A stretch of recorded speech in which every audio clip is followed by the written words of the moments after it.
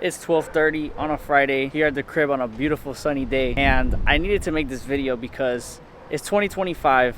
We're almost halfway through the year, and I feel like there's so many people who are missing on the biggest opportunity right now, which is getting into the day trading space. Just a few years ago at this time of the day on a Friday, I would be working at the bank, just thinking about going home and finally getting some free time to just go and do what it is that I wanted to do. But I always believed that I would achieve this type of lifestyle that I'm living right now. And I've really made it my mission over the past couple of years to help as many people do at minimum what it is that I'm currently doing right now. Now at this point, many people know me for traveling the world and teaching my signature strategy called Liquidity. But in today's video, I want to actually break down to you guys how to begin trading in 2025. Breaking down everything you need to know from a basics perspective of setting up trading accounts, getting the right type of programs, and really just doing the first couple of things that you should be doing in your first week, first 30 days to start understanding how to trade, to start being able to put the reps in. So it is time to lock in. Timestamps are gonna be throughout this video so you can jump from concept to concept as I teach you guys things like how to mark up your charts, what apps you need, how to understand how economic news impacts the market, how to manage your risk, how to even manage your psychology as a trader. Quite literally everything you really need to understand to get your foot in the door in this industry and start making progress towards becoming a pro.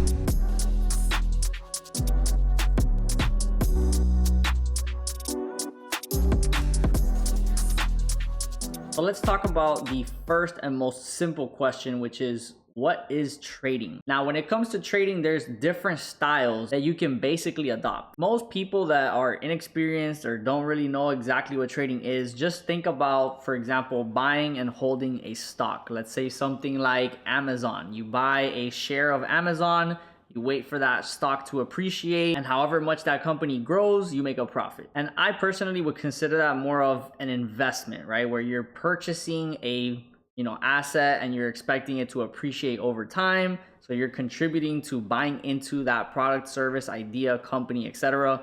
And you expect it to do better than it is today, and you are going to profit from that growth. Now, I personally do invest as well into things like stocks, cryptocurrencies, but that's not the purpose of this specific video. In this video, we want to talk about how you can actually trade the financial markets, specifically day trading. And so when it comes to day trading, there's different ways you can go about it. There's trading CFDs, which we're going to talk about that mainly here, and then also trading futures. So of course, looking from the outside in, I can see why a lot of people get intimidated or a little bit confused about what trading actually is, what's the first step, how can they actually get involved. So we're going to be discussing how you can actually trade CFDs. Now, most people know it as trading Forex, but in reality, Forex stands for foreign exchange. The foreign exchange markets, where we're basically trading currencies. But as we're going to see in this video, you can trade more than just currencies. We can trade commodities such as gold and silver. We can even trade things like indices or indexes like the NASDAQ,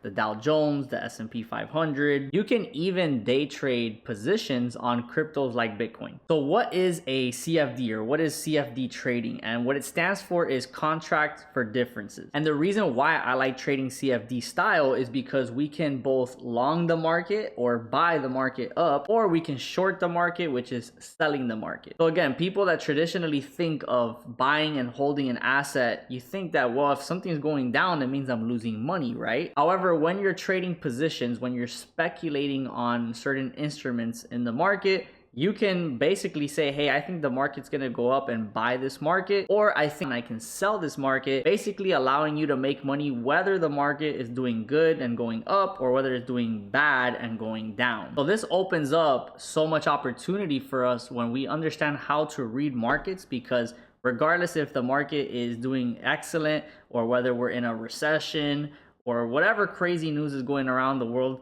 which we see a lot of that in 2025, you're able to profit from those moves regardless. We just need to understand what makes the market go up, what makes the market go down, and develop strategies that help us take advantage of both directions. So if you're looking to get started trading CFD style, we're going to go ahead and show you the first thing, which is how to actually set yourself up to start trading. Now, the first website slash app that you're going to want to add is TradingView. So you can visit tradingview.com and or download the app to your mobile device, computer, iPad, whatever it is that you use. And the great part about TradingView is that it's absolutely free to download or to access. You can just basically register your email, create an account, and you will have access to being able to read the markets. Now, once you actually create your free account with TradingView, there are certain membership plans that are going to allow you to remove things like ads from your screen. You're going to be able to customize your trading experience on here a little bit more. You're going to be able to add a lot of things like alerts and extra indicators, which we're going to explain a little bit more in depth now. Personally, I use the plan that's called the Essential Plan. It's about $20 US a month. I think it is extremely worth it as an investment if you're going to be taking trading seriously, to again remove things like ads and just really give you the most custom experience on your TradingView website. Now, there's many features that you can explore here on the website, but we're going to stick to the most essential, important things that you actually need and not so much need to explore. So we're going to go ahead and hit products and hit super charts. And once you click super charts, you're going to see that we load up an actual graph here. So TradingView is essentially going to give you the price feed, or basically the data of whatever instrument that you're trading. Again, whether it is a currency pair, a commodity, a crypto, you're going to be able to search on the top left of the screen whatever it is that you want to trade. You can see they have different categories of what you can trade, such as stocks, futures, Forex, crypto, etc. So we're going to stick to a currency pair here first, which is the GBP USD, which is the British pound versus the US dollar. So when we look at GBP USD, essentially this is going to be the currency rate for this pair. So the rate right now of exchange for the dollar against the pound. Now, there's two different things that you need to pay attention to when you're looking at the graph, which is the X and Y axis, which is going to show you time and it's going to show you price. So towards the bottom, you're going to be able to see the time of the market, which is either 3 p.m. Eastern, it could be midnight, 8 p.m. As you move forward and backwards, you're going to be able to see towards the bottom of the screen exactly what time of the day it is for that specific part of the chart. And to the right, you're going to have the current rate for that currency pair. So we have the GBP USD right now showing 1.32841. Now, if I want to go ahead and look at something like a stock such as Amazon, I can type in Amazon and we'll see here AMZN, which is Amazon Inc. We can click there, and now we are looking at the chart for Amazon stock, which is now showing at $172.59 a share. Now, to the right of where you can search for the instrument that you're trading, you will see different time frames, and we're currently looking at a chart right now on 15-minute time frame. You can switch this to 5-minute, 1 minute, 30-minute, 1 hour. You have many options to be able to look at these charts, and basically what those time frames represent come in the form of candles or candlesticks. Now, there's different ways you can look at a market. For example, if we hit this drop down a little bit to the right of the time frames, you will see there is the option for bars, candles, line chart. You have a lot of different ways to be able to really look at the market, but the most popular and really what you're going to see throughout social media and basically almost every single trader is going to be candles or candlesticks. Now, we're going to do a little bit of a deeper dive on how to actually understand what a candlestick is, but for now we just need to understand that each candle that is showing on the chart is going to represent whatever time frame we're looking at the market in. You can see this is a 15-minute chart, so each candle is showing us what price does in those exact 15 minutes throughout the day. If I switch this to a 1-hour chart, now you're going to see a lot less candles because now each candle is representing an hour. Same thing if we switch it to a 4-hour time frame, now we're going to have even less candles, which is more of a less detailed view that gives us a broader picture of what the market looks like. Now, the next button on the top bar is going to say indicators, and indicators are essentially different strategies or different programs that you can put onto your chart that are going to tell you different information depending on the strategy. So some very popular indicators are things like volume, EMAs, Bollinger Bands, RSI. You will be able to explore on the internet and find so many different types of indicators and strategies for them. that you realize over time there's not one that is better than the other. In fact, I personally don't even really use indicators to tell me when to get into trades, but some people do have strategies that rely completely on indicators. So on TradingView, you have a free database. You also have private indicators that are created by certain trading creators on TradingView that you have to pay for. But again, is it possible to trade without indicators? Absolutely. Are there strategies that work with indicators? Also true. So again, you can access those there if you do want to apply any of those to your trading chart. You will also notice towards the top there is a button that says create alerts, and essentially once you click on that, you can basically set the program to place an alert at a certain price point to where if price starts to cross above this price, it will send you a notification to your phone, computer, letting you know, hey, price is crossing above this point. Now, those indicators are very helpful for those who don't have all the time in the world to be staring at charts, but you maybe are looking for price to reach a certain point to enter the market. Those alerts are going to be really helpful for letting you know, hey, it's time to look at the market. Now, on the right hand side of TradingView, you're going to be able to see that we have a section here where we can actually put different currencies, commodities, cryptos into subfolders.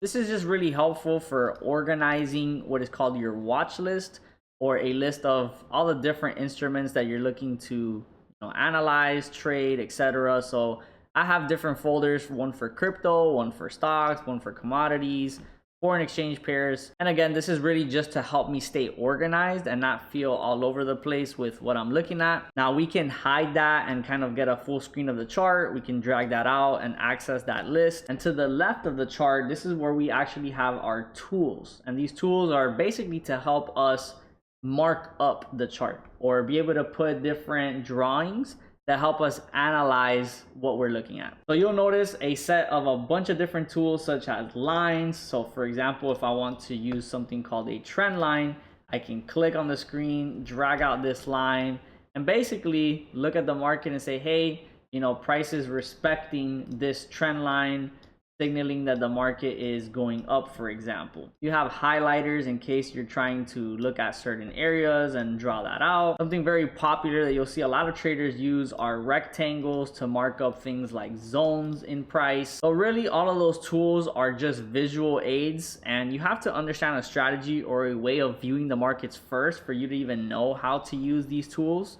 in certain situations. And the last main thing I want to cover when it comes to TradingView is the settings. So you can see the settings button towards the top right. You can also right click the middle of the screen and hit settings, and you will see you're able to change the colors and a couple different options about what you're seeing on the graph.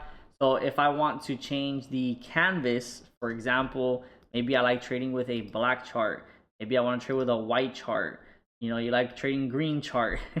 Looks a little crazy, but to each their own. There's no right or wrong way. There's no good or bad colors. It really is just dependent on what you like and what helps you visualize better what you're looking at on the screen. You can change, again, the canvas. You can also change the color of the candles for, let's say, blue and red, green and red.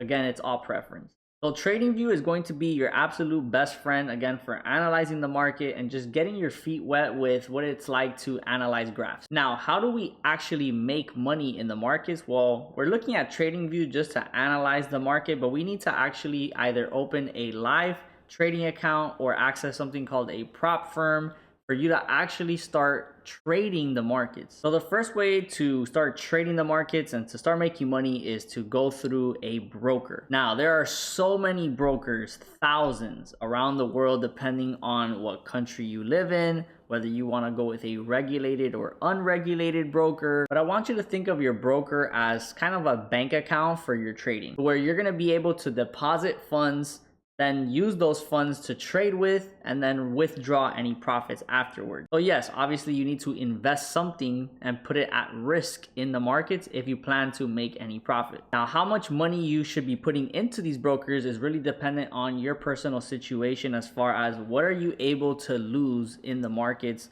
How much money do you actually realistically want to make with trading? And so some common rules of trading and investing is, again, never deposit or never play with money that you're not willing to lose completely. At the end of the day, trading is an industry that is a very high risk, and you do need to be very sharp with your skills. You need to understand what you're doing, or you will throw away your money. In fact, the majority of traders in their first trading account are very likely to lose whatever their first deposit is, simply because you have not built any experience or understanding of how your trading system actually works, not just short term, but long term. So my recommendation is pick a broker that you are comfortable with, that you've either done your research on, or you maybe have some recommendations of other traders that are currently using them and are happy. And start with a small deposit, something that you don't feel so much pressure to have to worry about losing. And as you start to gain some experience and practice and get the hang of your trading, you can start to scale in more capital as you scale your confidence. Now, in this example, we're going to be utilizing something called Trident Markets. So shout out to Trident, because they have been the official partner for myself and our private mentorship program as far as providing broker needs to our clients. Again, you guys can use any broker that you've done research on or that you feel comfortable with, but this is my go-to broker for personal accounts that I personally use. Now, towards the top of this video, you're going to see a link to a separate video where I actually give a detailed description and overview of Trident Markets if you guys want to check that out. But when it comes to any broker, there's going to be two types of accounts that you can have, which is one, a demo account, and number two is a live account. Now, I always recommend, whether you're a beginner or even if you're a little bit more advanced, you want to start using a demo account when you are trying a new broker, and or if you are trying out maybe a new trading strategy. A demo account is essentially a fake account. It's not real money, but it simulates exactly as if it was a real account. So you're able to jump in and out of trades. You're able to see if you would have won, if you would have lost, how much money you would have made, how much money you would have lost. So it gives you a full simulation of what your trades would be like. And that helps you prepare to transition into a live account where now real money is at risk. So with any broker, you're going to need to register an email and create a password, basically a login to access the broker. And from there, you're going to be able to create a demo account or a live account. Now, different brokers are going to utilize different trading platforms as far as where you connect that trading account to actually start placing the trades. Now, two of the most popular platforms that we've seen in the last several years for trading CFDs is MetaTrader, which is provided by MetaQuotes, the company. And then you have something called Tradelocker, which is what I currently utilize right now, especially with Trident Markets. Because of the rapid growth of the trading industry in the last decade, there's been many other trading platforms that exist now. But in general, throughout the community, MetaTrader and Tradelocker are some of the most utilized platforms. Now, when it comes to Tradelocker and Trident Markets, once you create, let's say, your demo account or your live account, you're going to receive credentials to be able to connect that account to Tradelocker. So make sure you check your email. You're going to be provided with a trader password and a server. You're going to need to enter those details once you go to Tradelocker. So let's walk you through Tradelocker now so you can actually see how we enter a position, exit a position, and really manage an open trade. And you'll notice that with the Tradelocker platform, you actually have TradingView charts integrated into it, which is great because, again, if you've already been practicing a little bit of marking up charts and understanding how to use TradingView, then once you transition to Tradelocker, all the same. The only difference is now you will see this big button in the middle where you're going to be able to actually, enter a sell position, a buy position, and really interact with the market in real time. So towards the bottom of the screen, we can actually drag up this section where you're going to be able to see open positions, pending positions, closed positions, your account balance, a lot of different details about where this account stands right now. So let's actually dive in and take a trade so you can see what that process is like on Tradelocker. We're going to be looking at GBP USD, same currency pair we were just looking at on TradingView, and we're going to go for a buy position in this example. So we can see here that we have this button which allows us to sell the market, buy the market, and then you will see a couple of other buttons that give us more of a detailed look of this trade. You also have something called the lots, which I'm going to be breaking down a little bit more in detail in the next section of this video. But for this example, we're going to just go in for a very small position at the smallest risk, which is going to be a 0.01 lot size, and we're simply going to hit the buy button. Now, once you click the buy button, it's going to ask you to confirm that trade. We're going to go ahead and hit confirm. And now we are put into a position. So essentially what we're going to do now is wait for the market to start to rise. So if the market starts to go up, we will start to see our profits also go up. Now, if the market starts to head down, then we're going to start seeing our balance also go down. Now, to the left, we're going to be able to see that currently this trade is down about 46 cents at the moment, 41 cents. And let's say I want to maybe edit some of the details of this open trade. What I can do is simply click on this and hit edit position. You're going to see I get a little bit more detail now of some numbers that I can hit. Now, two important numbers that we're going to look at here is stop loss and take profit. So stop loss is going to be our safety net, which I'm going to explain a little bit more in detail in just a second. But we're going to put the stop loss a little bit down here for a loss of $1.25. This is going to basically be our safety net to say, hey, if the market does go against us and start to come down, I want the market to pull me out of this trade at around this area, and we will only lose $1.25. Now, if we click on take profit, we can drag this up. We're going to move this up to here and say, hey, I want us to, if we come up to this price point, take us out of this buy position with a win of $1.72. So we can click on those two buttons and hit confirm. And now we have an edited modified position. So again, we're looking at the entry of the market here, our safety net down here, and our profit targets up here. Now, an important concept to understand is something called spread. And different brokers and different things that you're trading are going to have different spreads. Basically, what a spread is, you noticed the trade got entered up here. However, price was down here when we actually hit the buy button. So why is it that the market entered us up here instead of down here? Well, that is because currently there is a decent sized spread that is happening in the markets where the broker is essentially going to give a gap between where you get in and where the market is so that they can make some type of profit off of your position. Ultimately, trading is a business where participants such as you and I as retail traders can make money, but the brokers also have to find a way to make their money as well. And so they can make money off of fees, margin, and spreads. So again, different brokers will have different size spreads. They'll offer different options about how you can actually trade.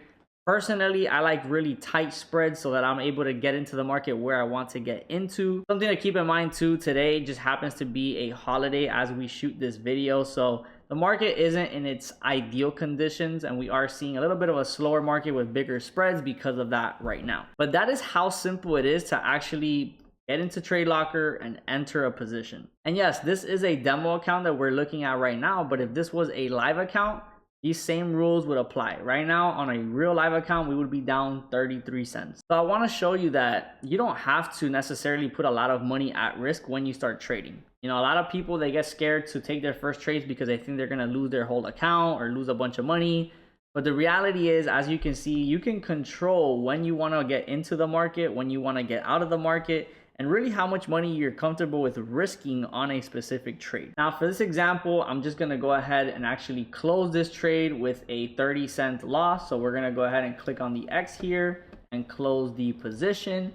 So you can close a position whether you're in a profit, whether you're in a loss. It really just depends, you know, the reasoning why you'd want to be able to get in or out of a trade. But you've officially seen what it's like to enter and exit a trade on Tradelocker now. Now, naturally, if you're going to, let's say, have a live account with a broker, you can start with something like $100, maybe go up to something a little bit more aggressive like $1,000, or maybe you're just at that point where you're ready to make a significant deposit, let's say $10,000, $100,000. Then naturally it'll be a lot easier for someone to make much bigger profits as they have a much bigger deposit. So can you actually flip a small account into a big account?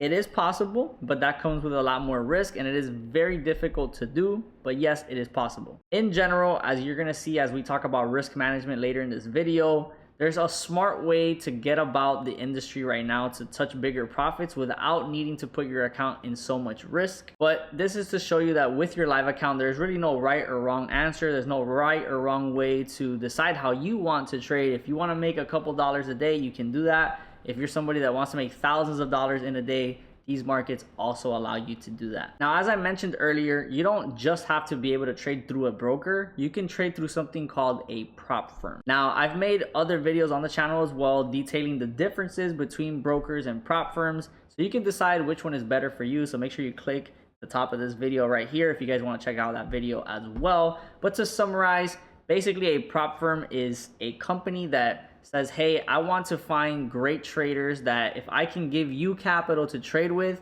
and you know how to manage it, we can split profits. So if a trader is building their skill and their confidence and they really know how to actually trade, but they don't necessarily have the type of capital that can help them create the type of income they want, you can invest into one of these prop firm accounts. And if you're able to pass the evaluations, showing them that you are a consistently profitable trader, you will be funded up to hundreds of thousands of dollars in which you can trade and keep anywhere from 80 to 90% of the profit splits between you and that prop firm. So this is a great way for traders that don't necessarily have a lot of income or don't want to invest that type of income into the markets, where you have a very low investment compared to the return on investment possible through trading prop firms. But whether you go through a live account, a demo account, or a prop firm, you have a lot of different ways to access these markets and make your profits. Now, my official prop firm partner is a company called TradexMastery. Again, this is a company that we've been working with for a good amount of time now that has been able to prove big payouts for our students in the private mentorship program. I've even had some of my personal students that only trade my specific strategy that have been able to generate 5-figure profits from trading through TradexMastery. So again, as the brokers, you can do your research on whether prop firms are right or not for you, which ones are really out there available aside from TradexMastery, so you can make the best decision for yourself. But all the links in the description here if you want to access Trident markets, if you want to access TradexMastery and get started with them today. Now let's talk about some of the main terminology that you need to really understand so you can start to take multiple trades and start to interact with the market. We gave an example of us just going for a buy position to show you how it works on Tradelocker, but let's actually take a couple of examples here to look at buy opportunities, sell opportunities, and understand some of the most important words such as pips, lot sizes, stop loss, and take profit. So the first important word to know in trading is something called a pip. And a pip is short for point in percentage, and it's basically how we measure how much the market is moving either in our direction or against our direction. So the same way that you say things like centimeter, inches, feet is how we want to start to use the word pip to describe how much the market is moving. Now, aside from pips, you also have something called ticks. Now, pips and ticks, again, both measure the distance a market is moving. So let's show the relation between a pip and a tick. Now, for every pip, there are 10 ticks. So if the market has moved 10 pips, it has also moved 100 ticks. So I want to pull up one of the tools on Tradelocker that shows you positions. Okay, so if we click on the left side, you will see this button on the fourth button here that says long position. It has a drop down for other different options here, but we're going to look at long position and short position. So long position is going to be for buying and short position is going to be for selling. So if we click on long position and we click on the chart, you're going to get this square, basically a green shaded square, a red shaded square, and this is going to show you something called a risk to reward calculation. So basically, we're going to be able to use this to look at where we want to place our stop losses, where we want to place our take profits. But for the sake of the conversation of pips and ticks, we're going to be looking at where the market is entering us at. So again, even though the candlestick is currently showing here, because of the spread, the entry will actually be up here. So we're going to move this entry point to where this line is right here. And we're going to be able to drag this or double click it and manually type in the stop level and profit level. So again, here for stop level, we can change this to 200 ticks, which would be 20 pips. And we can change the profit level to 400 ticks, which would be 40 pips. So if we hit OK, we can see here that now this says 200 and 400.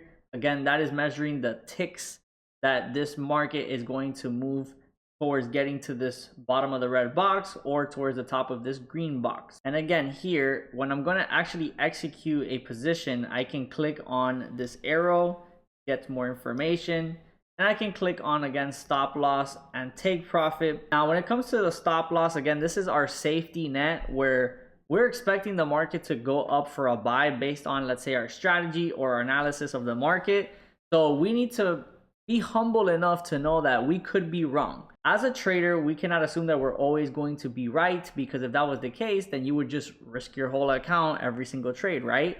But that is not the case. We will get some ideas wrong, and therefore we need to plan our risk accordingly. So we're going to use a stop loss always when we trade. A lot of people like to develop strategies where they use no stop loss as a beginner trader, and they think it's funny for a while, and they may actually go on a winning streak to start their career. But I promise you, at some point, if you do not use stop losses, you will have a very, very bad day. So please make sure you guys use a stop loss. Make sure that you are respecting the markets, because once you think you have it figured out, you'll start to realize that you have nothing figured out. So let's use a stop loss again of 200 ticks, which is 20 pips.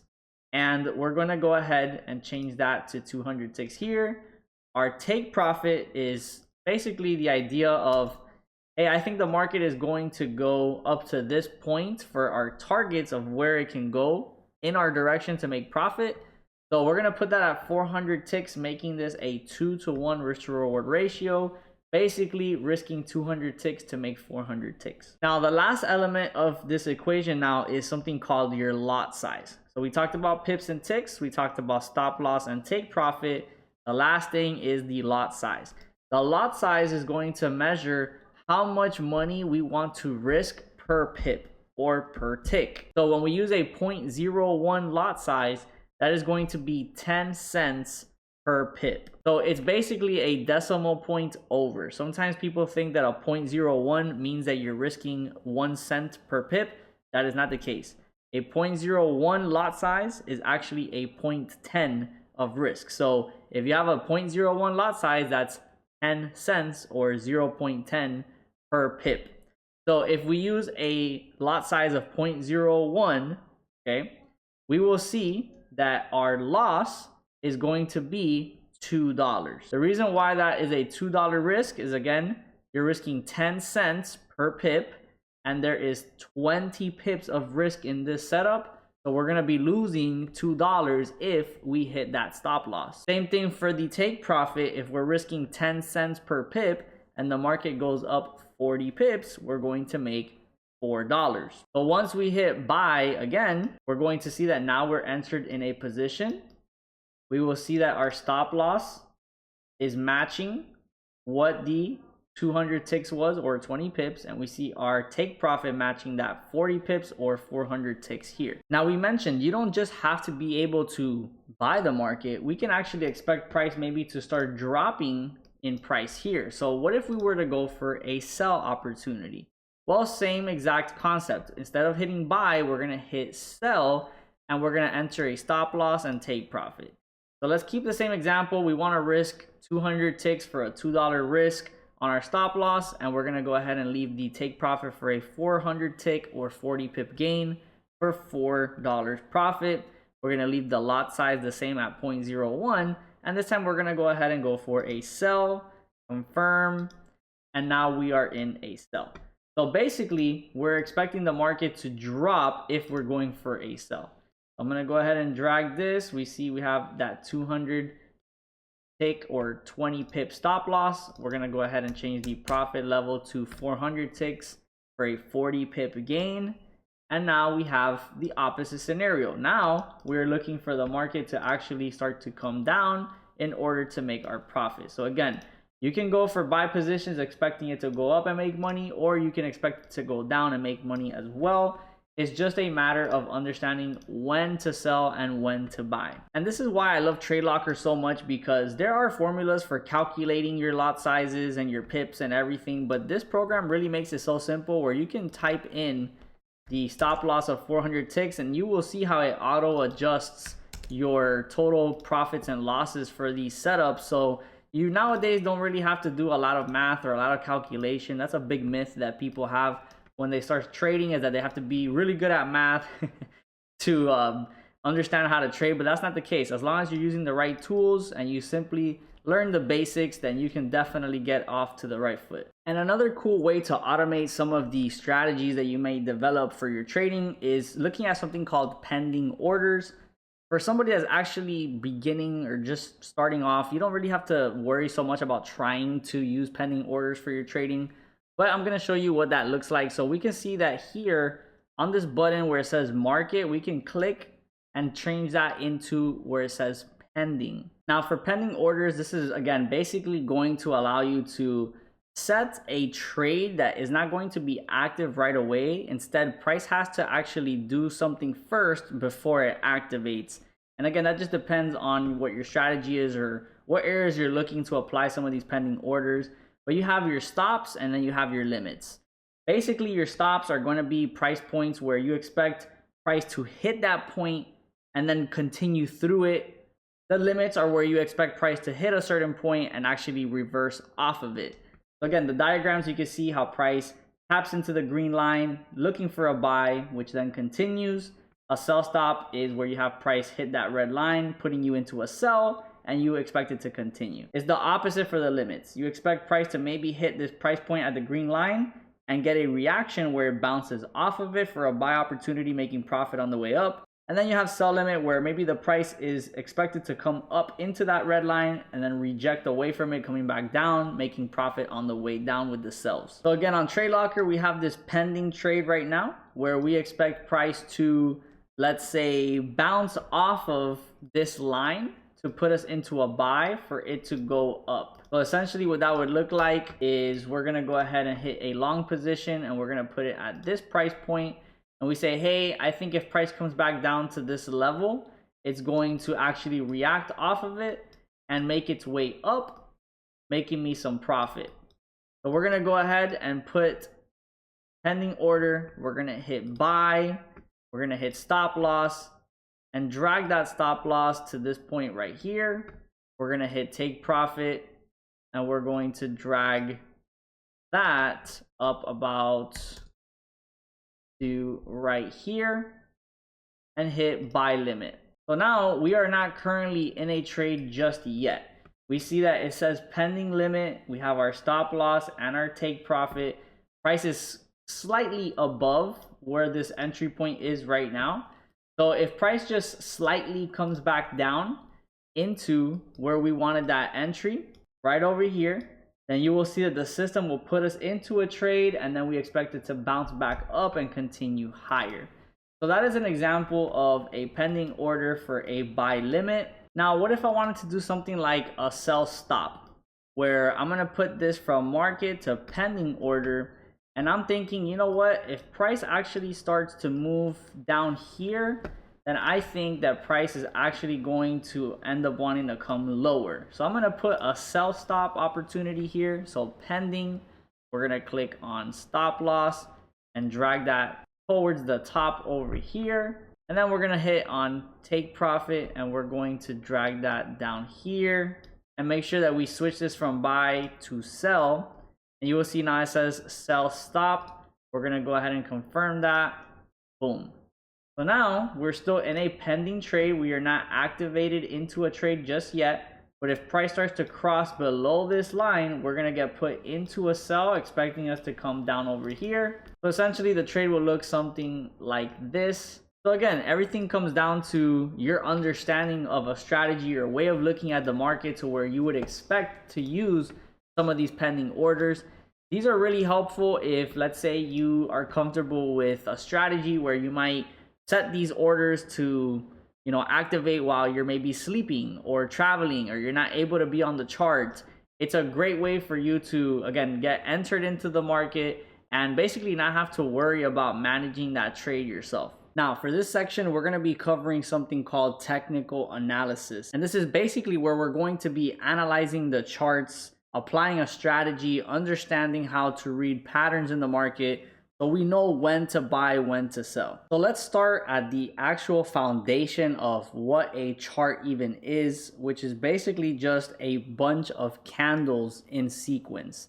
So candles or candlesticks are how we actually look at the relationship between time and also price. So we're going to start off with a simple diagram here of what a bullish candlestick is and what a bearish candlestick is.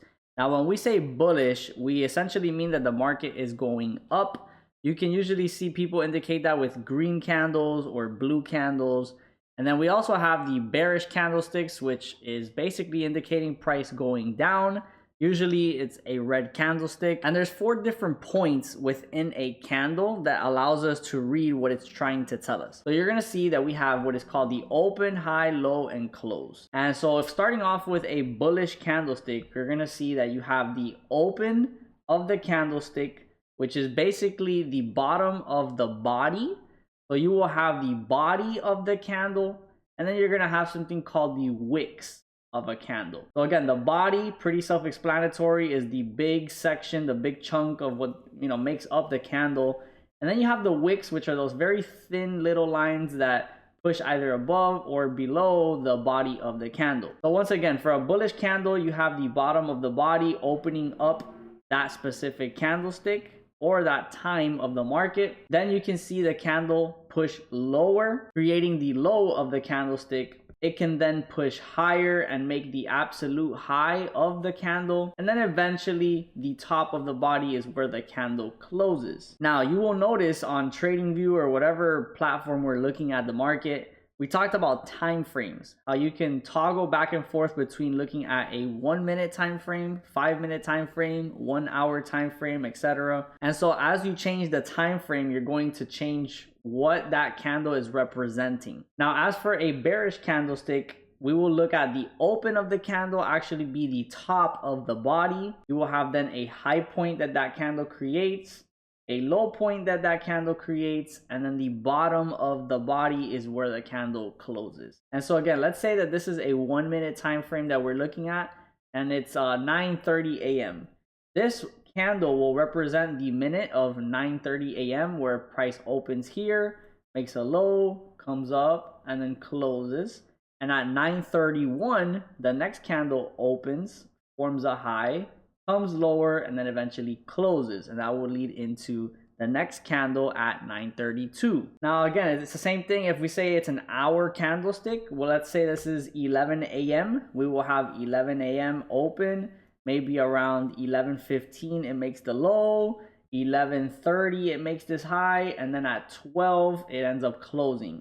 Next candle opens at 12, maybe by 12:15 it makes this high, 12:45 it makes this low, and then right by 1 p.m. it closes here, forming the next candlestick from 1 to 2 p.m. Now that summarizes the anatomy of a candlestick. And so now when we start to dive into the next concept, which is basically market structure, trends, all that means is we're looking at a sequence of candles and the patterns that those sequence of candles make. So when it comes to market structure and trends, there's basically 3 different ways that the market is going to move, whether it is moving upwards, also called an uptrend, whether it is going sideways and consolidating, creating that sideways trend, and then you have market pushing down, creating a downtrend. So essentially, when you have a uptrending market, you're going to see the price basically make highs and lows, creating new higher highs and new higher lows. So essentially, if you have price move up and form a high, starts to temporarily come back down and put in a low, and then followed by a new high created, that would be considered a higher high, with what is called a pullback, creating a new higher low, and then eventually again making a new higher high. Now, where you have a sideways trend is basically where price is not clearly making any new highs or lows. It's simply kind of ping-ponging between 2 different price points, staying stuck sideways. And then finally, for a downtrend, you see price start to move down, make pullbacks to the upside, and then form new lower highs and lower lows as the market continues to move downward. So now we're going to explore the concept of market structure, which is basically going to be looking at highs and lows that the candles form on a chart to let us know whether we are in a current downtrend or when we are starting to shift back to an uptrend, because the market is never going to just stay in one direction. We're going to have it push up, then we're going to have it come back down, and really continue to change throughout time. So our job as traders is to be able to look at a chart and start to understand, are we in a downtrend? Are we in an uptrend? Is the market continuing to break structure in our direction, or are we starting to shift structure into a new direction? Because understanding that will help us realize when we should be focused on selling and continuing to sell, and then knowing when we are about to turn around and start heading into an environment where we should be focused on buying instead of selling, and vice versa. So let's explore this certain chart here for NAS 100, also known as the NASDAQ, and we're gonna see how price had this high point up here, and we started seeing price start to move down. Now, if we really look at what was the last low point before we started making this new high point, we will see that we have about this area right here. So the market had been pushing up, up, up, up, up. And then at this point, the market started shifting back below all of these low points right here. Okay, so we're going to go ahead and mark up this low point. And we have this high point. Now we have the market start to come down. Now, the minute that we start to see the market make this strong move to the downside, we should already be focused on potentially selling the market. We see the market start to come up a little bit, form a new low, a lower high, a lower low, a lower high, and a new lower low all the way down here. So again, if we look at the current trend here, we see it going down, making a pullback, going down, making a pullback, going down, making a pullback, going down.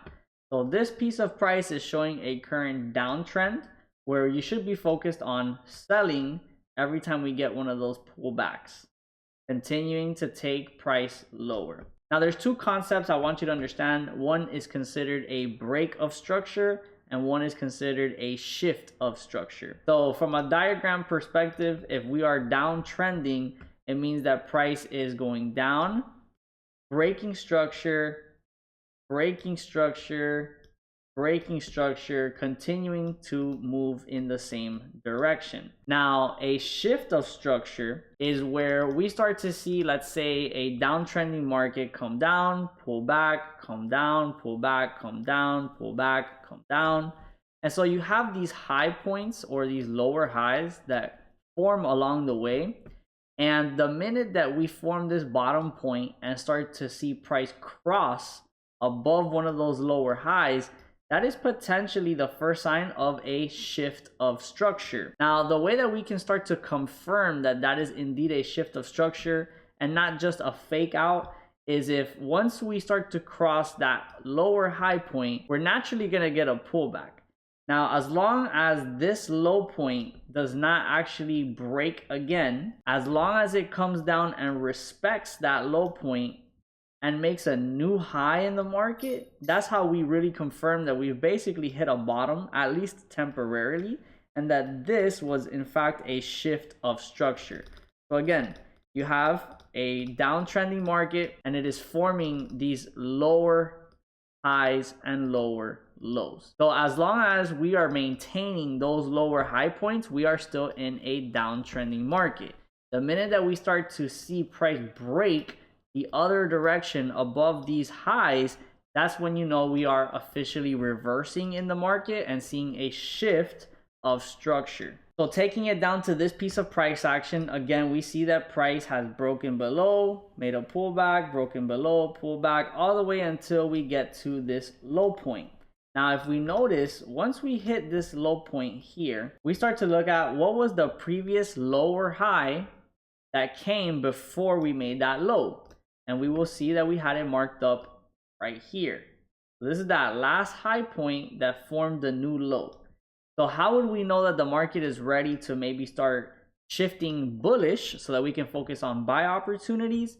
It's the minute that we see price start to break and close the other way. So you will notice again, this high point, we see price start to shift and break and close above this lower high. Now, we confirm that that is a true shift of structure breaking above here when this low point gets respected. So even though we saw price cross above it, we're starting to get that really big pullback now. And as long as this low is not broken once again, that's how you know that we have officially shifted structure. So we see that at this point, the market basically formed this little low here, did not break this low point, and actually started making again a new high above here. So just like the diagram where we had us pushing below, we shifted, respected the low, and then formed another high. And that is a good indication that we should be pushing up aggressively. And we see just that happen in this example as well, because again, we see that this lower high point is where we saw that shift of structure. Price respects the new low, and then we start to break above highs again. And that led to this massive movement to the upside on NAS 100. So anything focused on buying in this area was a good trade, because we started seeing that the market structure was shifting from a downtrend to an uptrend. Now, of course, the market is not always going to make it super easy to tell which direction we're really in, or really what direction we're headed towards next. But if you learn to zoom out and just keep things simple and start to really look at lows and highs and where the market structure is starting to shift, you'll start to get a really good glimpse of why the market is going to, make a buy opportunity here or a sell opportunity here. But I think there's other concepts that are a little bit more advanced that we're going to cover here now that give you more confirmations, are creating more reasons why we should be focused on buying or selling in certain situations. So there's two advanced concepts that I think are really the two main things that you should be paying attention to on any chart, regardless of what you're trading, to understand why price is moving towards certain areas. Now, the first word or concept that I want to talk about is something called liquidity. So what you have to understand is that the market is always going to look to manipulate buyers and sellers out of their positions. Remember, in trading, for someone to make money, someone has to lose money. There's an exchange of profits and losses that have to get transferred from hand to hand. So therefore, the market is always going to gravitate towards seeking where that money is lying, which is called liquidity. So liquidity is going to come in a few different forms. And it's going to come in the form of old highs and lows, equal highs and lows, and then trend lines. So for example, if we have a chart where price made this high point over here, maybe let's say a week ago, and then price kind of sat around here for a while, and now it's starting to shift back up. Where would price potentially want to go? Well, we knew that if a while back we had sellers that drove the market down, and it's been some time since the market has come back up, we know that there is a lot of money that was made from people holding these sell positions all the way up here. So when price starts to gravitate upwards, it's going to grab where those sellers had taken those positions, and that is where the liquidity is found. So how is this useful for us to basically take trades? Well, there's going to be two reasons why we need to understand this. Number one is if price is currently, let's say, down here, and we're expecting price to start buying because we started seeing the shift of structure we just talked about, we ask ourselves, okay, well, if the market is buying from down here, where is it going to want to go up to? And so understanding that liquidity or money is resting at old highs and lows in the market, we know that if price is going to continue moving up, it's going to most likely look for that money sitting up here. And so we can look at maybe taking buy positions at a lower price here, and we're looking to exit those buy positions once we take that liquidity from this high point. Now, the second way that understanding liquidity can help us in a situation like this is if we are seeing the chart move upwards, and once we actually hit this high point here, we know that liquidity has now been taken, the money has been grabbed from this high.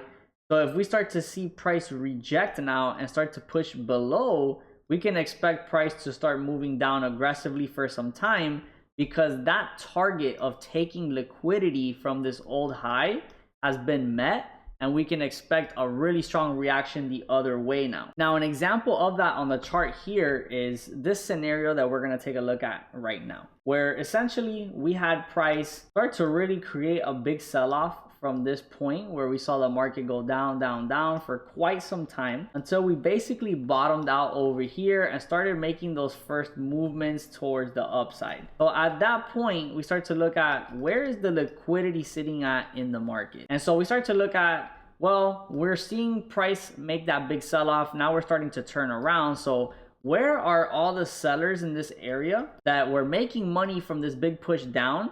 Because we know that as price moves up, we're going to be revisiting and taking out the liquidity from all those people that were selling from earlier the previous week or whatever the case was. So if we look at where are some of the major sellers stepping in, we see that basically at this point over here, there's a lot of people that are selling, and really driving that price downwards. So if we look at all of these highs right here, this is where a lot of liquidity sits. And so if we actually draw a horizontal line basically at where all these sellers started stepping in, we see that again liquidity in the form of an old high lies right here. And as price comes upward, we see how it grabs that liquidity from these high points, and what happens right after is that price starts to then shift the other way and make a big sell-off. So again, for the people that wanted to potentially buy the market from down here, we talked about, shifting structure. We had this low point, price came up, failed to make a new low, and then we started seeing price shift upwards. So the fact that we were continuing to make new highs, we ask ourselves, well, if we were buying from down here or buying from down here, where could we potentially exit those buy positions? Where could we look to close out our profits? And so if we really look at this entire picture here, all of the selling really started from these points right here where we started seeing those big initial sellers. And so as we are buying the market up, we need to pay attention to where all of that liquidity rests, and we can see that that is right here, again, where all of the sellers really started this really big move. And so taking profits at liquidity is something very important to do. And if you have the other perspective where maybe you didn't buy from down here and you want to start actually focusing on selling, well, is liquidity just recently taken? The answer is yes. We saw that all of these sellers dropped price. We've now come up, taken that liquidity. And so if we start to see the market make its way down, that is a good confirmation that we should see sellers really step in. Now, there's other forms of liquidity. It doesn't just have to be old highs that were left in the market, okay? It could also be in the form of equal highs and equal lows. Some people may call it support and resistance, for example. So let's say a resistance level or equal highs looks something like this, where price really touches a certain price point multiple times, okay? And so we see that price has a hard time breaking above that point. That means there's a lot of sellers that are stepping in and dumping money into the market for sell positions here. And so naturally the liquidity is going to be found up there. So as price starts to move up, we can expect it to grab that liquidity at some point. So if you're buying, this would be a target for your buys to exit positions as we are grabbing liquidity there. And then also we know that if we're going to be looking for trades entering around that liquidity, we know again there's a lot of money sitting up here. We will wait for price to grab that liquidity, take out those sellers, and then if we start to get that reaction, we know that it's probably a good time to sell now that that manipulation has happened and we've taken out all of this money from those highs. The same thing happens if we have a support level where price is respecting a price point here and we move up. We know that if we sell from up here, there's a lot of money sitting here in the form of liquidity, so we can look to take our profits once we break that liquidity. And if we know that there's liquidity sitting here and we start to make our way down and take that, we can expect price to give a really strong reaction off of that liquidity grab. And then lastly, you'll have it in the form of a trend line. So let's say we were moving upwards, creating that uptrend. We will form a natural trend line supporting that we are uptrending. And so there's going to be a lot of money of people holding that trend. And so eventually we will see that trend break and all of that liquidity from that trend get grabbed from a big move down. And the same thing, if we are in a downtrend like this, we will form a trend line of sellers, and eventually we will find price explode to the upside, grabbing all of that liquidity from the downtrend. So when it comes to liquidity, just understand the phrase, where is the money? If we know that buyers and sellers are really found in very specific spots because of how much price is reacting around that certain price point, then we know that price is going to eventually gravitate towards there again. And then once we take out those buyers and sellers, we should expect a big reaction from there. Now, the second concept that goes very hand in hand with liquidity is something called imbalance or fair value gaps, FVG. It's a couple different names for what we're looking at here, but you can call it imbalance, you can call it a fair value gap, whichever you prefer. But essentially, these are going to be areas where we see price really make some explosive moves that create, again, an imbalance or a gap in the market. And price is really going to gravitate towards those as well. So let's look at some examples on the chart. So in any market, you're going to need buyers and sellers. And whenever there is a balance of buyers and sellers, typically you'll see price look a little bit more like this, where you have candles going up, going down, going up, going down, and just basically ebbing and flowing very cleanly. But there are certain times, whether it's when the market just opens, or if there is a high impact news event or some type of phenomenon that's causing the market to move super aggressively very quickly, it tends to leave these fair value gaps or imbalances. And so we can see that happen in selling markets, and we can also see that happening in buying markets. So for example, let's take a look at this specific piece of price action over here, where we saw the market look very evenly balanced at this point, going up and down and up and down.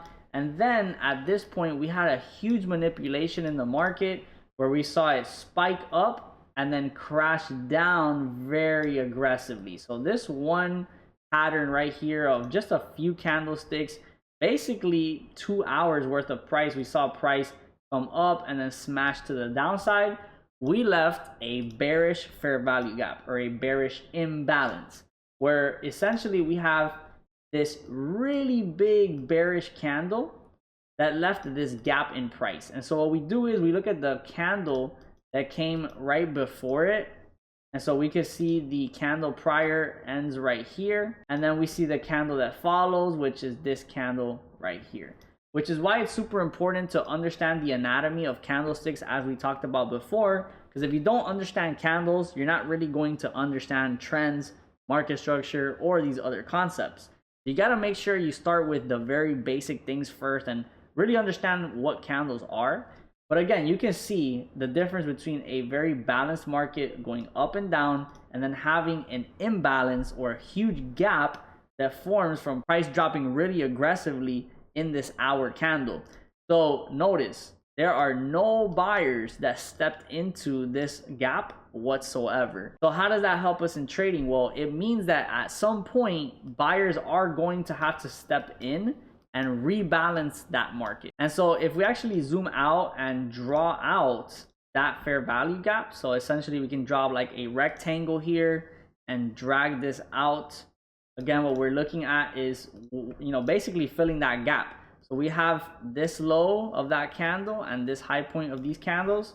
That is the gap that we're looking at here. And if we extend this out, we will see that really up until this point here, we had not come back into that gap, right? Just kind of taking price back to this point, for example, we saw that for a long time, we basically just dropped away from that gap. And we were very far away from it. But notice how price, now that it is shooting up very aggressively, it is going very intentionally for this gap. And so again, we can see that once we are looking for buy positions between liquidity and between those fair value gaps, that is the intention of knowing where price is going to want to go to next if we're buying. And again, also if we're looking to sell, we can look to sell off of those gaps if we start to see it tap into it and then reject away from it. And that's essentially what happens in this example. We see price tap into the fair value gap and then start to move away from that gap. And again, it's not just in one direction that you can, find these gaps. This is an example of a bearish fair value gap, but you can also have bullish fair value gaps as well. And we actually see one that formed while we were making our way up into this bearish fair value gap that we just highlighted for you here. So the same way that we had this big gap of sellers here, we saw a major gap of buyers in this area right here as well. So notice, huge gap that sits in here from just buyers stepping into the zone. So once the market shows us it's actually ready to move back down, this is where it's going to gravitate towards. It's gonna always look to fill in these gaps, both on the sell side and also on the buy side. Now, typically whenever we go to fill these gaps, we don't necessarily have to fill it all the way. Usually, as long as we tap into it slightly or even halfway through the gap, that is really the ideal spot to where that objective has been completed, where, hey, if we're looking to rebalance the market, we don't need to fill in the whole gap. We just need to either tap into it or at least fill maybe half of it. So you can see in this example of the bearish fair value gap, price taps in more or less right at the 50% point or the halfway point of that gap, and that's where we get that nice reaction. Now look at the same thing basically happening on the buy side. We're gonna go ahead and mark up this imbalance right here from the candles that came after and the candle that started right before. So zooming in here, we will see again the candles that formed right after the fair value gap and the candles right before the fair value gap. And this is that big gap that we're measuring out here. And so we know that if price is gonna start to move down, it's going to wanna tap into this gap. Now, how far we can go into this gap, it could literally be just at the beginning, maybe even halfway through the gap. So more or less halfway through the gap will be around this price point right here. And so again, if we're selling the market somewhere up in here, we can expect to hold those trades into somewhere in this area. And eventually we start to drop into that gap and start to move away from that gap right afterwards. So this is why it is so important to understand the concepts of liquidity and also imbalances or fair value gaps to know where the market is going to want to gravitate towards and react from. Now, something that I underestimated that was super important to know as a trader is not just what patterns or what concepts to know to get in and out of trades, but the importance of timing the market correctly. And so we have to understand that depending on what we're trading, whether it's a certain currency pair, a commodity, a stock, there's going to be the ideal times that we want to be in the market and the times where we want to stay out of the market. And when it comes to trading, it's very tempting to always want to be in the market because technically you can basically make money 24/5, even 24/7 if you're trading cryptos. So you can basically always find an opportunity, but we have to be smart about deciding when to operate and not to operate to be able to maximize our gains and minimize our risk. And that's where we introduce the concept of trading sessions. So essentially there are three main sessions that I pay attention to when it comes to the market that really divides the day. And we're going to see something called the Asian session, the New York session, and the London session. Now, when I speak about the timing of the market in this example, we're going to be basically referring to Eastern time zone. So some of you may be watching this in the United States, some of you may be watching this internationally, and you obviously have different time zones which you live in. We're going to be talking about the market in terms of the Eastern time zone. Now you'll see if you start to research online, different ways that people kind of explain the trading sessions. Some people will refer to things like New York and London, but then they'll say sessions like Tokyo and Sydney session. Personally, I don't even look at Sydney and Tokyo, all of that. I just really look at Asian session, New York session, and London session. And so there's actually an indicator you guys can search up that's called Sessions by JRFX Addict.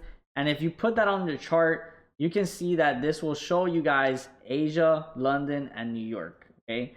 And if we toggle these on, you will start to see these different colored rectangles that basically divide the day if you want to look at London session, if you want to look at Asian session, and if you want to look at New York session. So let's start off by looking at something like Asian session. And so these blue rectangles here, you'll now see that the day gets divided into different sections, and the Asian session is going to be this blue shaded area. Now, the reason why this is important to look at on the chart is because we want to start to see, depending on what we're trading, when is the market moving the most. So now that we're looking at NASDAQ, we ask ourselves, what is NAS 100? Well, we're operating in the stock market. We're looking at technology stocks, and typically the stock market is open at what? 9:30 a.m. and it runs all the way to about 4 p.m. Eastern. So naturally, we start to say, wait, maybe New York session is actually the best time to be trading NAS 100. So what happens if we take off Asia and we start to look at New York session? And so now we see this yellow shaded area and we start to realize, wow,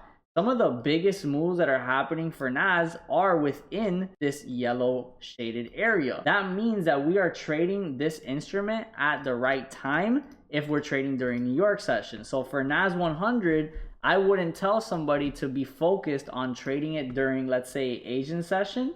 We would actually want to be focused on trading it during New York session. Now, if we actually shift over to something like GBP USD, this is the Great British Pound against the United States dollar. Now, because the United States dollar is part of the equation, then yes, during New York session, we still should see some good movements. But if we know that the London session is going to be beneficial for, basically any markets that are in Europe, okay, things like the pound, the euro, any stock indexes that have to do with European markets, that's going to be a good session to trade, is the London session. So let's shift this from New York to London. And so now that we have London session set here, we can see that on GBP USD, we are indeed getting some of the biggest moves happening in this gray shaded area.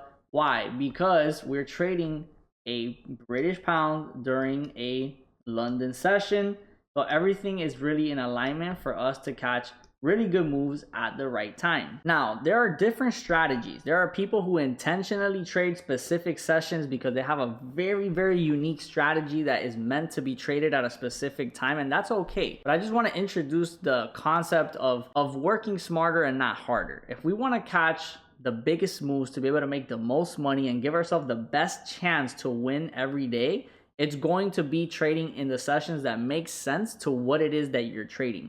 So again, me that I operate basically just NAS 100, I'm really only focused on mainly trading New York session. So if I go back to the chart and I start to look at turning on this indicator and looking at New York session, I can see, all right, well, what about all the concepts that Rich just taught me on this video about, fair value gaps and liquidity and all these things? Well, if we notice, those concepts are coming to life during the New York session. So again, if we start to mark up, what were the things that we talked about, just recently on this video about fair value gaps? I had this fair value gap that was marked off over here, and we saw that when is it that we actually tapped into that fair value gap? We tapped into it during New York session. We see that we're in that yellow shaded area in between this time and this time. And so during New York session is when we started tapping into that area. And the same thing with the other fair value gap that we had marked off in this area. When did we actually start tapping into and getting to that area?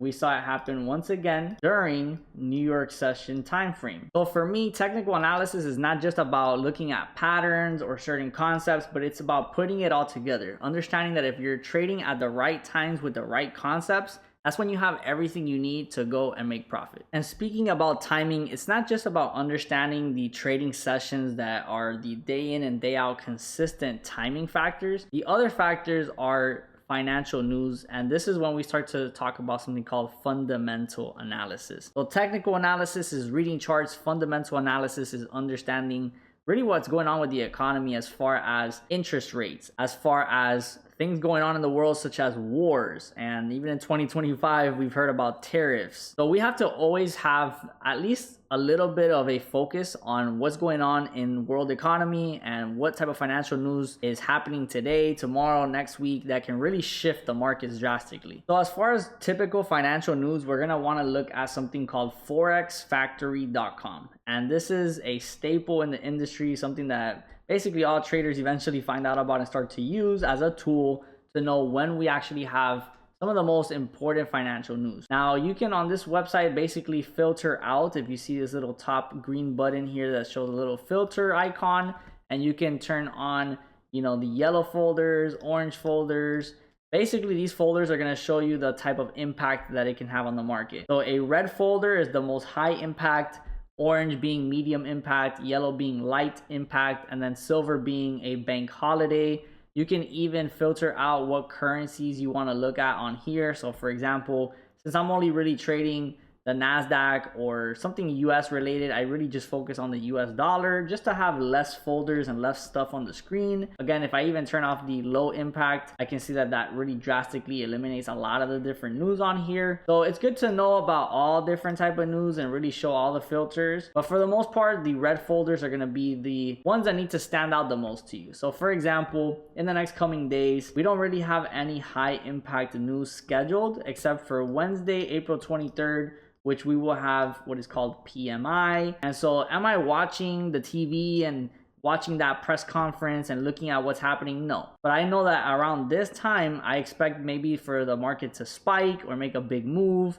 And so I need to plan either trading very carefully during that time or just waiting to trade maybe after that time, depending if you're somebody that eventually wants to trade news or avoid trading news. To each their own, there's really not a better or worse way to go about it. It's just, again, creating a plan for how you want to treat financial news. And so the next day, again, we see another high impact news for unemployment claims, 7:30 a.m. Central, 8:30 a.m. Eastern. So again, that is a time where if I'm in any trades before this time, I need to consider whether I want to exit the position or how I want to manage it.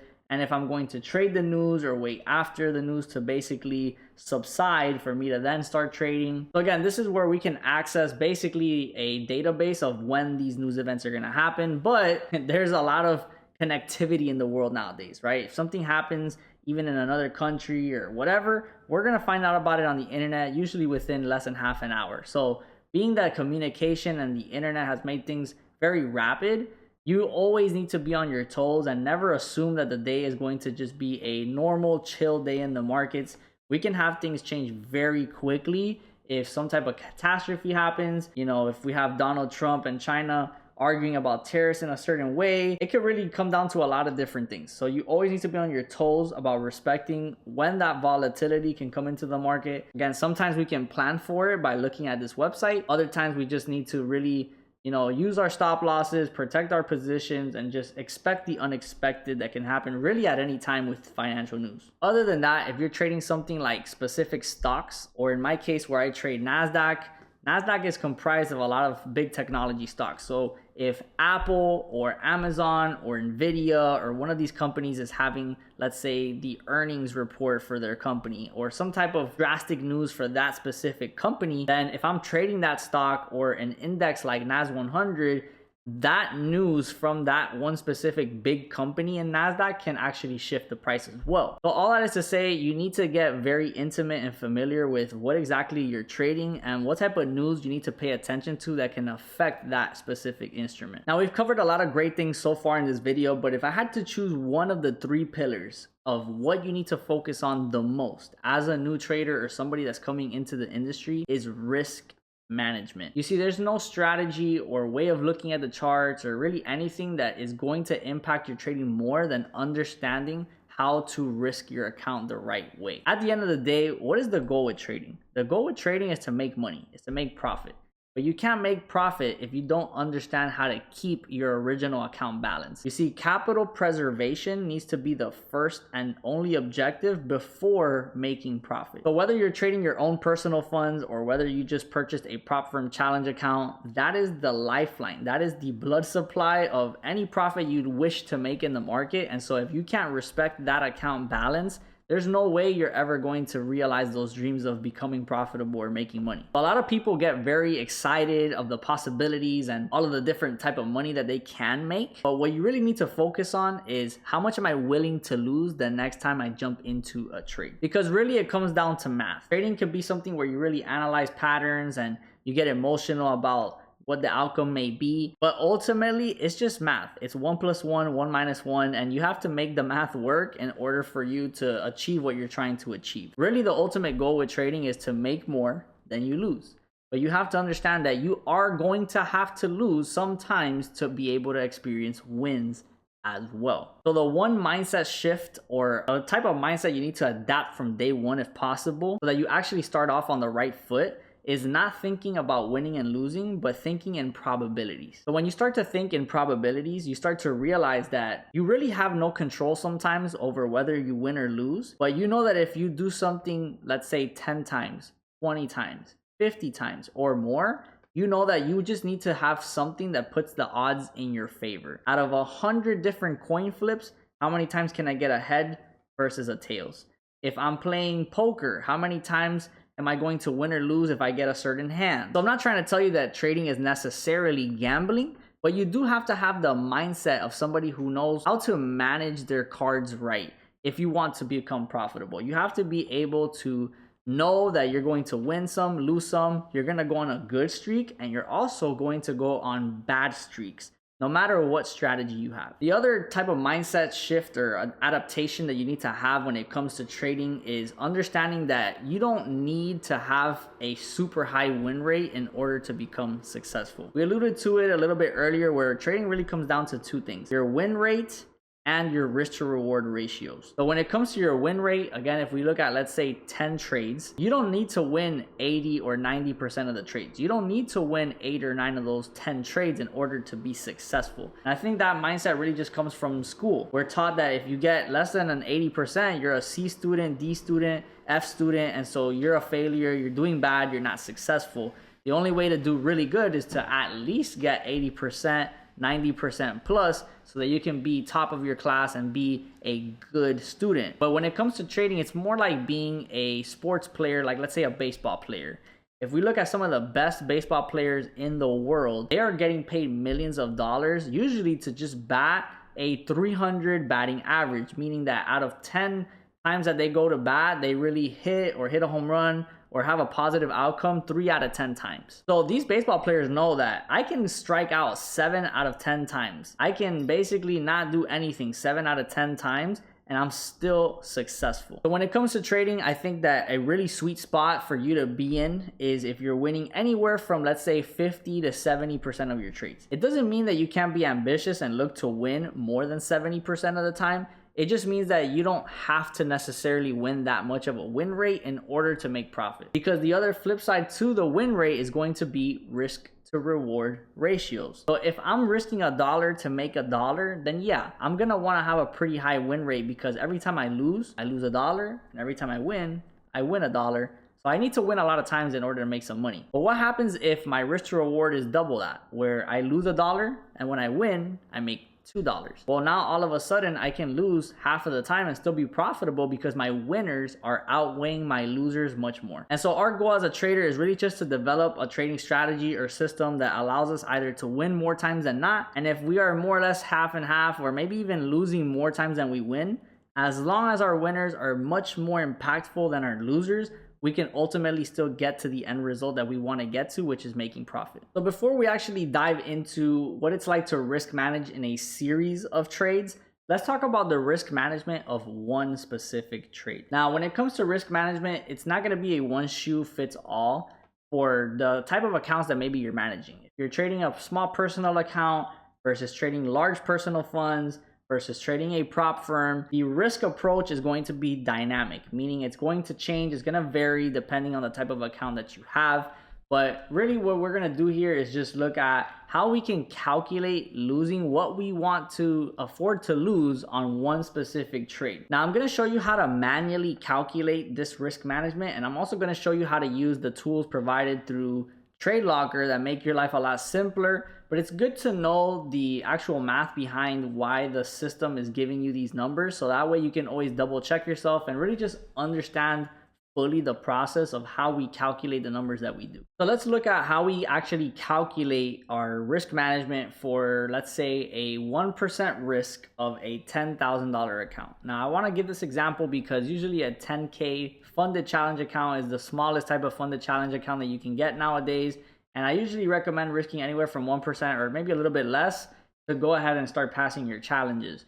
Now, if we have a risk of 1% of $10,000, that's the first thing we need to understand, right? How much risk percentage are we going to take on this first trade? And when it comes to trading, you know, a lot of people think about the money, but in reality, you should be thinking in terms of percentages. The reason why this is so important is because percentages help us keep consistent and detach some of the emotion that we may generate from touching or losing a certain amount of money. So if we think in percentages, we allow us to really focus more on performance versus the money. So that way we're able to scale, because if you know how to manage percentages with $100, you can learn to manage percentages with 10,000, 100,000 or more. So definitely adopt a mindset of percentage-based thinking. And so again, 1% risk of 10,000 is going to be $100. So now we understand, okay, I want to risk $100 max on this next trade that I'm going to take. Now, what we need to do is understand the lot size that we need to jump into this next trade with in order for us to at max risk $100 if we hit stop loss, which we need to assume every single time that we take a trade that that next trade might just be the one that hits stop loss. Because again, when we think in terms of probabilities, we know that out of 10 trades with our strategy, we're going to win some and lose some.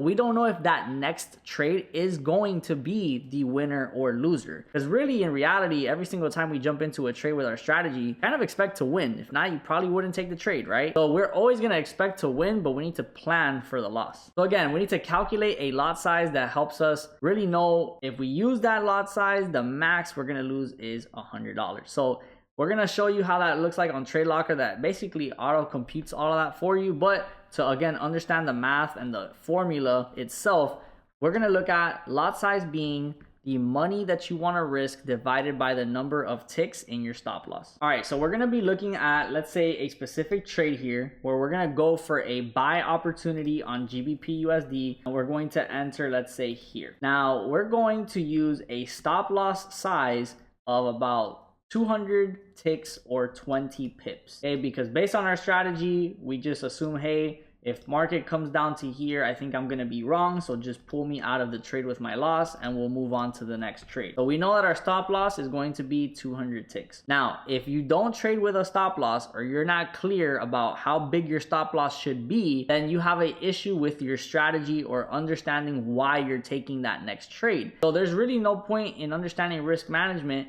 if you don't have a clear setup or a clear set of rules to why you're getting into your trade, why we have a stop loss where it's at, and why we have our targets where it's at. But again, if our strategy does come to basically saying, hey, we're going to use a 200 tick stop loss, then perfect. We have the first part of the equation and the second part of the equation. We know that we want to risk $100. So we have the money risked being $100. And now the number of ticks in the stop loss, we know it is 200 ticks. So if I pull up a calculator and I say, okay, we're going to do $100 divided by 200 ticks, we're going to get 0.5.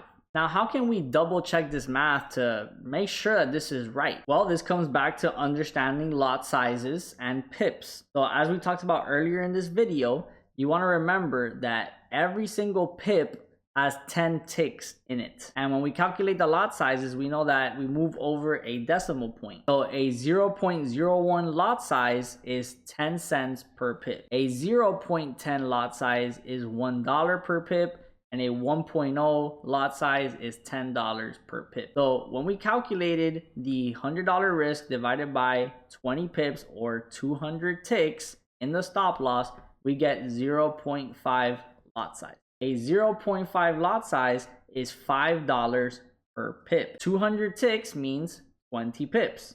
So if we do $5 times 20 pips, we get $100, which is again what we wanted to risk. So this is how you double check your math and really understand the relationship between the lot sizes and the pips. And so now if we actually do the same thing on Tradelocker, we can see, hey, if we want to go for a buy opportunity, we're going to put our stop loss to be 200 ticks. We're going to change the lot size to 0.5. We're going to see that our risk now jumps to $100 on that stop loss. Same exact scenario and calculation is being put here. We have our stop loss of 200 ticks with a 0.5 lot size, and that gives us $100 risk. So that's how you calculate your stop losses and your risk management from a trade to trade basis. But again, part of risk management is not just on one specific trade, but how you manage an account overall. So let's look at how we can actually get to a goal of, let's say, growing your first account by 10% through a series of trades. So we're going to take a look at this scenario where we have a series of trades and we have a $10,000 account with a goal of growing the account by 10% or $1,000. Now for the risk to reward ratios, we're going to be going with a 1-to-2 risk to reward ratio strategy or system.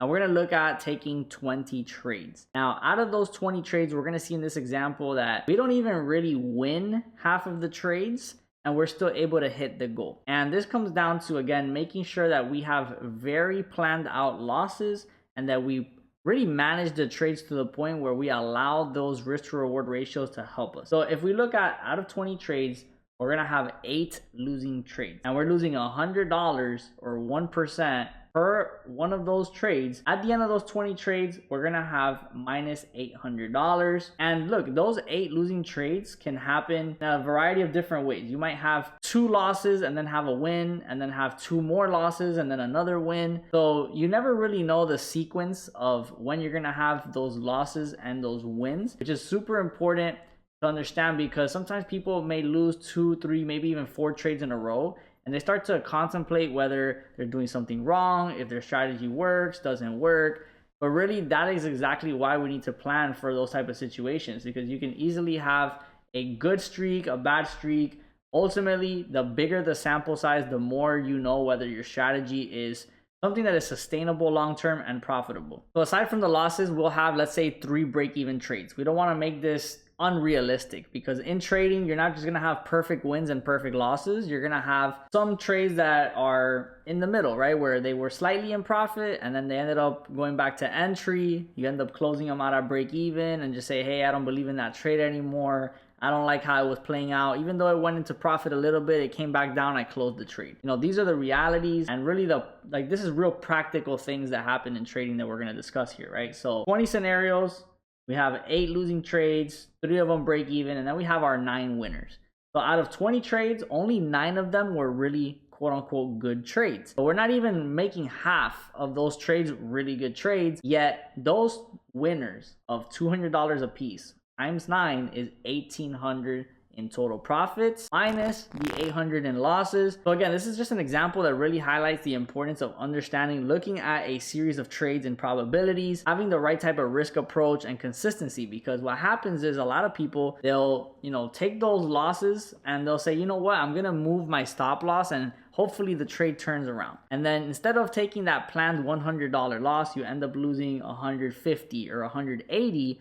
Well, now you're throwing off the math, because you're allowing those losses to really stack up and be bigger than they were supposed to be. The same thing happens with winning trades. If you clip your winners early, you're planning to make $200 on that trade, you're up maybe 110, 120, and you decide, hey, I'm getting out of the trade, I want to make sure I get this money. And now your winner actually was a lot smaller than you actually planned it out to be. So it all comes down to making sure that you have a system that can show you confidently when you should be holding your trades to what type of profit targets, and then also not turning a planned small loss into a much bigger, unmanageable loss that really sets you back. Now, the last pillar, and really the most important pillar out of all 3 that you need to understand coming into this game as a beginner trader, or even somebody that's maybe a little bit advanced, but you want to get back to the basics and really get back to your roots, is just understanding how powerful your personal trading psychology is to your failures or to your success. So understand that the person in the mirror is either your biggest ally or your biggest enemy. And there's going to be a couple of different mental enemies that really get in the way of successful trading. You have FOMO, you have greed, you have revenge trading. There's a lot of different scenarios that really test your emotional restraint, your discipline, and really your ability to stick to rules and a system and those guardrails that prevent you from self-sabotage. You see, a lot of times people will blame the markets for why they're losing money, or they'll blame, a teacher or a mentor for not teaching them things correctly. And there may be times where some of those things may feel justified, but ultimately, if it's your account, it's your responsibility, and you have the decision to enter, exit, withdrawal, deposit. So it ultimately has to fall on you. If you do not take ownership, then you are not ready to trade, because trading requires you to wear many different hats. The hats of somebody that, can fund accounts, the hats of somebody that can manage risks, analyze the markets, and really just make wise decisions, not just for a day or a week or a month, but really over the course of years, if you really want to make this something that impacts your life. And so you can't defeat the enemy if you don't know the enemy. And so I want to let you know ahead of time that, again, things like FOMO is where you're going to see people that start to make profits without you, maybe a friend, family member, somebody in the community, online, whatever the case is. And if you allow that fear of, being behind, or, you're looking at the same trade as that person, but they jumped in and you didn't, and now you want to jump into the trade late, that is such a small detail that can separate you from winning and losing. Because if you chase trades, if you try to copy somebody and you're a step behind, they may win that trade and close out profits while you're just jumping into that same trade, and then you end up taking a loss. So never let your emotions dictate whether you jump in or out of a trade. You need to have a rule-based system, a strategy for why you get into trades, why you get out of trades, and don't look left, don't look right. The only reason why you ever want to compare yourself to somebody else is just as motivation, as something to reach for. But you never want to put yourself in a position where you start to kill your confidence or your own ego just because you feel like you're behind or you need to be doing what this person is doing. And the next one is greed. Sometimes we get into these positions, especially as a beginner. I've seen people pass funded challenges super fast. I've seen people touch some pretty crazy profits really fast as well, but they've never really been through adversity. And that really is a thing, beginner's luck, or just getting off on the right foot, where people think, oh, this is not as hard as people make it out to be, or, oh, I feel like I'm a natural at this. And hey, that may be the case, but every single trader has always been through some type of tests where they go through a losing streak, their confidence gets dinged, or they take a really big loss. And it's your ability to not let greed get in the way of that, right? Because sometimes, again, you may be going through that big winning streak, or you may be making good money for a season, but if you don't keep humility, if you keep trying to, up your lot sizes and just making really impulsive decisions because you want to make more, and you stop focusing on the performance, if you stop focusing on the consistency, and you just really start getting tunnel visioned on just making as much money as possible, at some point you can find yourself in a lot of trouble with maintaining that type of mindset. Now, one of the mental enemies that definitely has affected me and many traders throughout their careers is revenge trading. And revenge trading can come from a couple of different reasons, where basically you were, let's say, in a trade and you lost. And you say, you know what? There's no way I'm going to end the day with a loss. I'm going to make this money back. And so you jump into a second trade. You lose that one. You say, you know what? This next one, for sure, I'm going to get it. There's no way this market's going to take my money. And you jump into a third one. And next thing you know, you probably plan to lose a max of $100 that day, and you're down $300-400. So everyone tends to lean into one of those different scenarios, whether it's FOMO, greed, revenge trading. It's just a matter of time until you figure out which one of those mental enemies is going to really affect you specifically the most. And so a lot of trading just comes down to having enough experience to develop the self-awareness of what type of good habits and bad habits you may fall into. And so being able to be very conscious of what patterns, again, good and bad, you're falling into, help you really pivot and adjust along the way. So you need to remember, there's a lot of great strategies. There's a lot of different ways to trade, a lot of different things to trade, a lot of different times of the day to trade. And yeah, you're gonna have to go through your process of figuring out what pairs you want to trade, what time of the day you want to trade, what really works for you. But just always remember that you are the X factor. You're the one that's going to make yourself successful or not so successful. And ultimately, each and every single one of you can achieve the dream. But you have to know what you need to change, and you have to be willing to change and not repeat the same mistakes over and over and over, because it really doesn't matter if you do this for a month, a year, 3 years, 5 years. What matters is that you have to get in alignment with what it takes to be successful. The right type of habits, the right type of thinking patterns, the right type of execution, and really the consistency and discipline. All of the boring things that people want to try to avoid is really where money's at, where the success is at.